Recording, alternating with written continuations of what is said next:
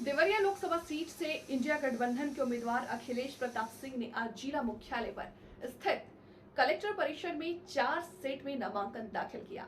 नामांकन दाखिल करने से पूर्व सुगर मिल ग्राउंड के निकट एक मैरिज हॉल में नामांकन सभा का आयोजन किया गया, जिसमें इंडिया गठबंधन के सभी कार्यकर्ता पदाधिकारियों ने हजारों की संख्या में बढ़ चढ़कर हिस्सा लिया। मीडिया के एक सवाल के जवाब में इंडिया गठबंधन के उम्मीदवार अखिलेश प्रताप सिंह ने कहा कि आज मैंने 4 सेट में देवरिया लोकसभा सीट से नामांकन दाखिल किया है। देवरिया की गरिमा वापस लाना और लोकसभा क्षेत्र का चौमुखी विकास करना मेरी प्राथमिकता होगी। पिछले 10 सालों में देवरिया की घोर उपेक्षा की गई है। सभी चीनी मिल बंद हो गई हैं, कई परियोजनाओं का आधारशिला रखी गई, पर उसका कहीं भी अता पता नहीं। इस अवसर पर इंडिया गठबंधन के सभी दलों के पदाधिकारी और कार्यकर्ता मौजूद रहे। मैंने इंडिया गठबंधन के प्रत्याशी के रूप में कांग्रेस पार्टी की तरफ से 4 सेट में पर्चा दाखिल किया। मेरे 4 प्रस्तावक समाजवादी पार्टी के जिला अध्यक्ष आदरणीय ब्यासी हैं और सुयस मणि जी हैं, फ्लैश नीचे और शाकिर अली जी और आनंद श्रीवास्तव।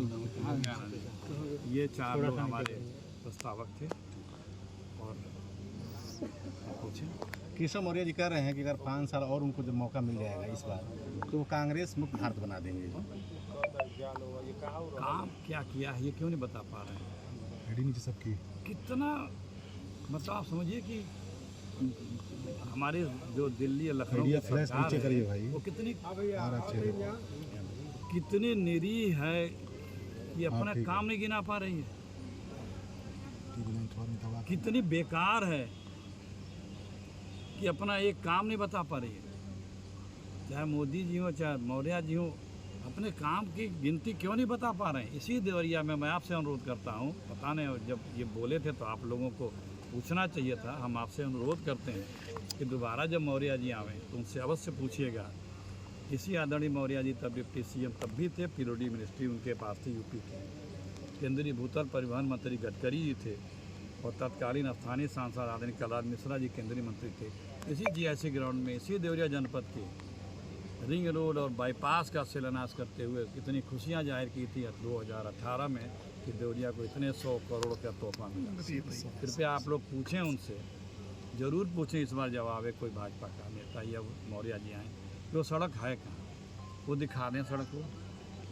सही इतना असत्य, इतना बड़ा धोखा देवरिया के लोगों के साथ। देवरिया के लोगों को सिर्फ छला जा रहा है।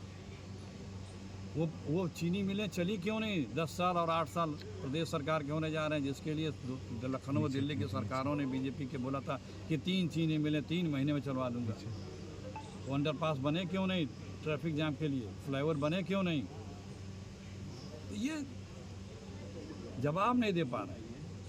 ये जरूर आप लोग पूछिएगा। कल जो रिपोर्ट आई है, जो मुस्लिम आबादी जो बढ़ी है और हिंदू आबादी घटी है, उसका जिक्र जो करते हुए कल केशव मौर्य ने कहा है जो जनसंख्या जो नियंत्रण जो था, जो उस पर कंट्रोल हुआ है, उसकी सिर्फ कांग्रेस जिम्मेदार है। आपके पास भी ऑफिस से मैसेज आ गया व्हाट्सएप ग्रुप का, और आप बताया हुआ क्वेश्चन पूछ रहे हैं।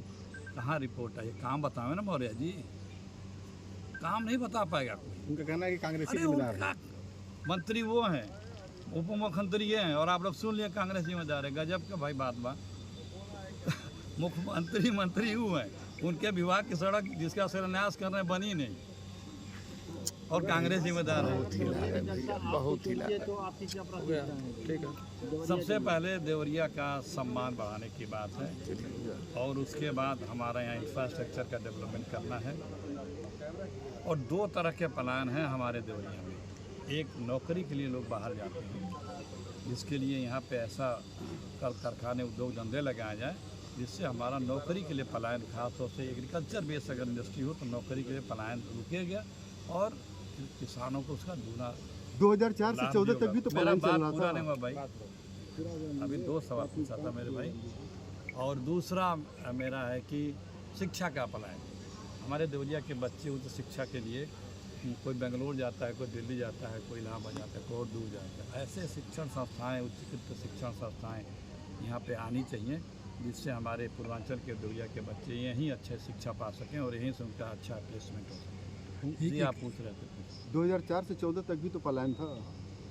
हम पलायन था, लेकिन कितने लोग जॉब पाए, कितने लोगों को हमारा गरीबी की रेखा से बाहर आया। रिजल्ट जाहिर है मनमोहन सिंह की सरकार में। आप तो अब 10 साल से भर्ती नहीं की ना केंद्र में भर्ती तो मोदी जी किए नहीं।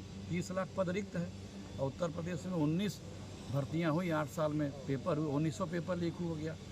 और कहेंगे हम विश्वगुरु हैं, हम विश्व युद्ध रुकवा देते हैं, न्यूक्लियर वार रुकवा देते हैं और एक पर्चा नहीं कंप्लीट करा पाते हैं।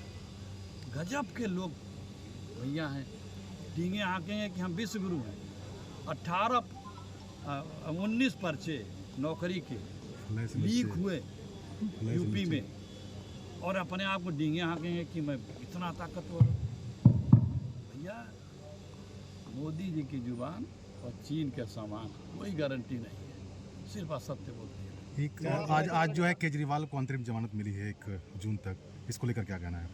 देखिए ये तो सबको पता था कि ये सब फाल्स मामले थे। जो भी मोदी जी से बीजेपी से असहमत है, मत भिन्न है, विरुद्ध है, उनके हाँ में हाँ नहीं मिला रहा है, चाहे वो पॉलिटिशियन हो, चाहे वो पत्रकार हो, चाहे साहित्यकार हो, चाहे कवि हो, चाहे लेखक हो, चाहे किसान हो, चाहे नौजवान हो, चाहे पहलवान हो, जो भी हो, उनके ऊपर जुर्म जाती बीजेपी की सरकार कर रही है। ये तो बच्चा बच्चा जान गया है कि सिर्फ विरोधियों को कुचलो दबाओ, लेकिन ऐसा नहीं है।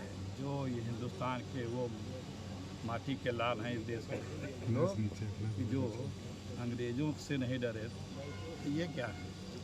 सत्य के लिए, सत्य की आवाज़ उठाने के लिए और इस देश में हक की बात, हक की लड़ाई लड़ने के लिए, गरीबों के लिए, किसानों के लिए, मजदूरों के लिए।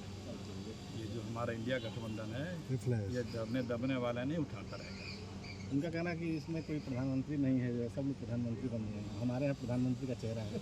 हम तो अभी 20 प्रधानमंत्री का मटेरियल बता देंगे कि इनमें वो योग्यता है। अब बीजेपी एक बता दी, दूसरा नाम हमारे यहाँ जितने भी छत्रप हैं, वो उसके जो नेता हैं वो हमारे आदरणीय प्रधानमंत्री से कई गुना ज़्यादा योग्य, काबिल, सक्षम, कर्मठ, विश्वसनीय है।